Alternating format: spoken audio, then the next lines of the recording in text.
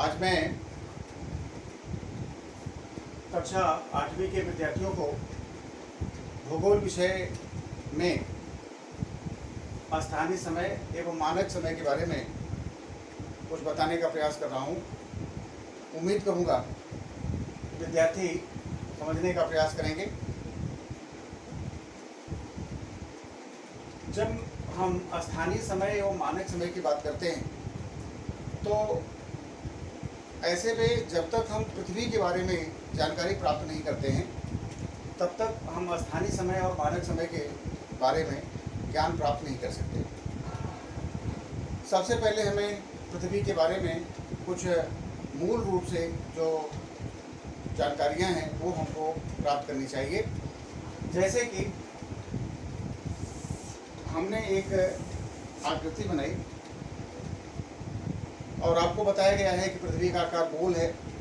कुछ लोग ये कहते हैं पृथ्वी संतरे की तरह है, ऊपर और नीचे का भाग चिपटा हुआ है, लेकिन हकीकत ये है न तो पृथ्वी का ऊपर का और नीचे का भाग संतरे की तरह चिपटा है और न ही पृथ्वी संपूर्ण रूप से वृत्ताकार है, गोल है।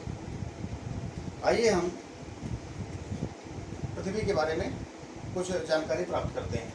हमने यहाँ पर कुछ शब्द लिखे हैं, जैसे है धुरी, ध्रुव, परिभ्रमण, अक्षांश, देशांतर, भूमध्य रेखा, कर्क रेखा और मकर रेखा। अगर हमें पृथ्वी के बारे में जानकारी प्राप्त करनी है तो हमें जब तक इनकी जानकारी प्राप्त नहीं होती है तब तक हम पृथ्वी के बारे में और स्थानीय एवं मानक समय के बारे में जानकारी प्राप्त नहीं कर सकते।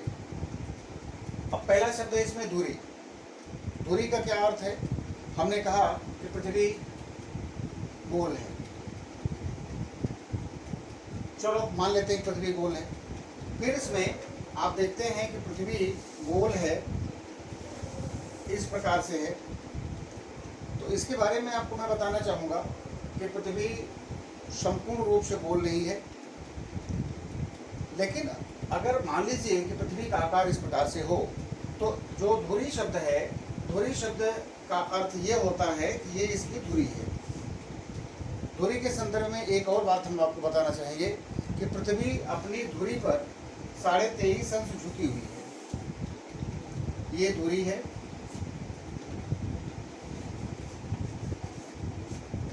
ये जो है 23.5 अंश झुकी हुई है। अब दूसरी चीज, धुरी के बाद क्या आ गया? ध्रुव। जब पृथ्वी के बारे में हम अध्ययन करेंगे तो आपको बार बार आप दो शब्दों का नाम सुनते हैं, उत्तरी ध्रुव और दक्षिणी ध्रुव। दो ध्रुव हैं पृथ्वी पर, दो ध्रुव हैं। अब ये ऊपर का भाग जो है ये उत्तरी ध्रुव है, जिसको हम नॉर्थ पोल कहते हैं, और ये वाला भाग जो है वो दक्षिणी ध्रुव है, साउथ पोल। कुल कितने पोल हो गए पृथ्वी पर? दो पोल हो गए, दो ध्रुव हो गए, उत्तरी ध्रुव और दक्षिणी ध्रुव। पहला शब्द आपने देखा धुरी। धुरी जो पृथ्वी के सबसे नीचे का भाग है और उस धुरी पर पृथ्वी 23.5 अंश झुकी हुई है। पृथ्वी का आकार इस तरह से नहीं है, ये इस तरह से नहीं है। पृथ्वी जो है ये इस तरह से है, यहाँ पर ये 23.5 अंश झुकी हुई है। दो शब्द आपको मालूम हो गए, एक धुरी और दूसरा ध्रुव। तीसरा शब्द इसमें है परिभ्रमण। और मैं ये शब्द जो है आपके टेक्स्ट बुक में से जो पहला चैप्टर है स्थानीय समय और मानक समय, उसमें से मैंने निकाला हुआ है। ये शब्द बार बार आएंगे, तो ऐसे शब्दों को, जैसे आप धुरी के बारे में आपको जानकारी प्राप्त होगी, और उसी तरह से ध्रुव है और उसी तरह से ये परिभ्रमण है। जब हम परिभ्रमण की बात करते हैं तो परिभ्रमण में हमने दो शब्द लिखे हैं, दैनिक और वार्षिक। पृथ्वी की गति के बारे में, पृथ्वी के गति के बारे में जब आप अध्ययन करते हैं तो उसमें दो प्रकार की चीज़ें निकल के आती हैं कि पृथ्वी की दो गतियां हैं, एक दैनिक गति है, दूसरी वार्षिक गति है। दैनिक गति, अब यहाँ से आप देखेंगे, ये पृथ्वी अपने धुरी पर 23.5 अंश झुक करके दो प्रकार की गति करती है। पहली गति इसकी ये है कि ये 24 घंटे में अपनी ही जगह पर, 24 घंटे में ये अपनी जगह पर ये घूमती है, ये इसकी दैनिक गति है। और दूसरी जो गति है वो वार्षिक गति है। आप ये देखिए, ये सूर्य है, ये यहाँ पर ये पृथ्वी है और ये पृथ्वी ये सूर्य के चारों ओर चक्कर लगाती है। इस तरह से पृथ्वी का आज पृथ्वी यहाँ है, कुछ महीने के बाद ये लगभग 3 महीने के बाद वो यहाँ पर पहुँचेगी, 3 महीने के बाद यहाँ पर पहुँचेगी, 3 महीने के बाद यहाँ पहुँचेगी और फिर 3 महीने के बाद यहाँ पहुँचेगी। मतलब ये हो गया कि पृथ्वी की जो वार्षिक गति है, वार्षिक गति 365 दिन में पृथ्वी सूर्य की पूरी परिक्रमा कर लेती है, चारों तरफ ये घूम करके करती है। और ये पृथ्वी की एक और खास बात है कि पृथ्वी अपने जगह पर घूमते हुए, पृथ्वी अपनी जगह पर घूमते हुए सूर्य की परिक्रमा करती है। अपने जगह पर जो घूमती है वो रोटेशन कहते हैं, और जो सूर्य की परिक्रमा करती है वो रिवोल्यूशन है।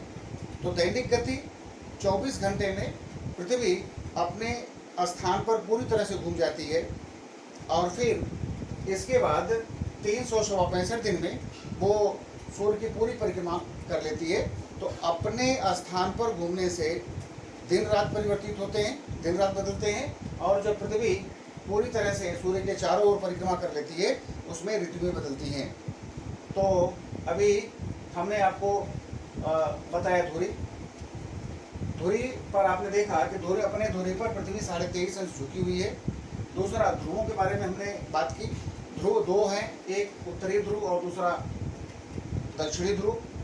परिभ्रमण के बारे में आपने पृथ्वी की 2 प्रकार की गतियों के बारे में बात किया कि जब वो अपने स्थान पर घूमती है और 24 घंटे में अपने स्थान पर वो पूरा का पूरा चक्कर लगा देती है, वो उसकी दैनिक गति है। और वार्षिक गति में जब पृथ्वी एक जगह से 365 दिन में लगभग 1 वर्ष का समय लेकर के जिस स्थान से चलती है, सूर्य की पूरी परिक्रमा करके उसी स्थान पर आ जाती है, वो वार्षिक गति है। अपने स्थान पर घूमने का से 24 घंटे में घूमती है और दिन रात बदलते हैं, और जब सूर्य की परिक्रमा करती है तो उससे पृथ्वी के ऊपर मौसम का परिवर्तन होता है। अभी इसके ऊपर इन 3 जो प्रमुख विषय रहे हैं, उन 3 विषयों पर हम कुछ प्रश्न लिखते हैं और उम्मीद करते हैं कि विद्यार्थी उन प्रश्नों का उत्तर देंगे।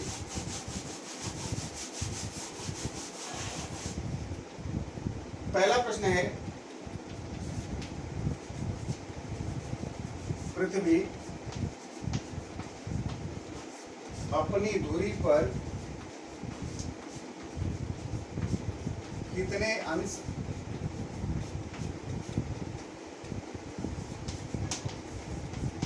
झुकी हुई है?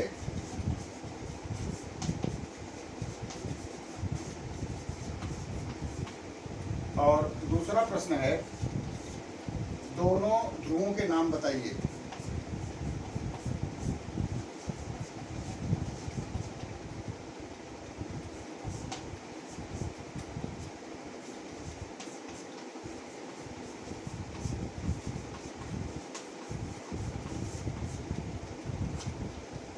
और अब चाहे तो तीसरा प्रश्न भी एक और लिख लें।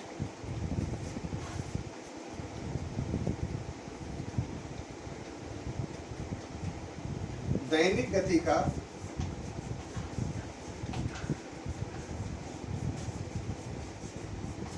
क्या परिणाम होता है?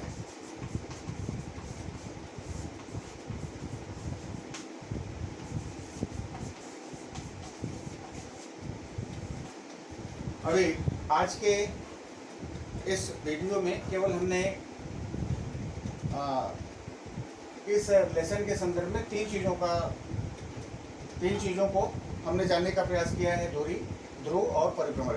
एक बार मैं फिर बता दूं कि धुरी जो पृथ्वी के बिल्कुल नीचे वाले हिस्से में है, जिस पर पृथ्वी 23.5 अंश झुकी हुई है, और 23.5 अंश झुक करके वो वहाँ से अपने स्थान पर घूमते हुए सूर्य की परिक्रमा करती है। ध्रुव के बारे में मैंने बताया 2 ध्रुव हैं, उत्तरी ध्रुव और दक्षिणी ध्रुव।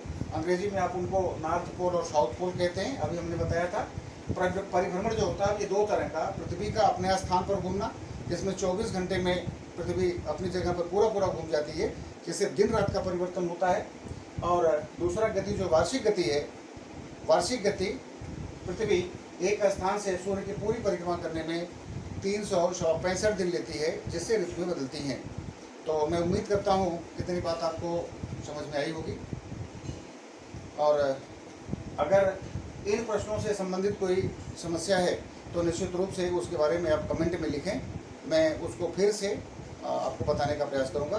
धन्यवाद।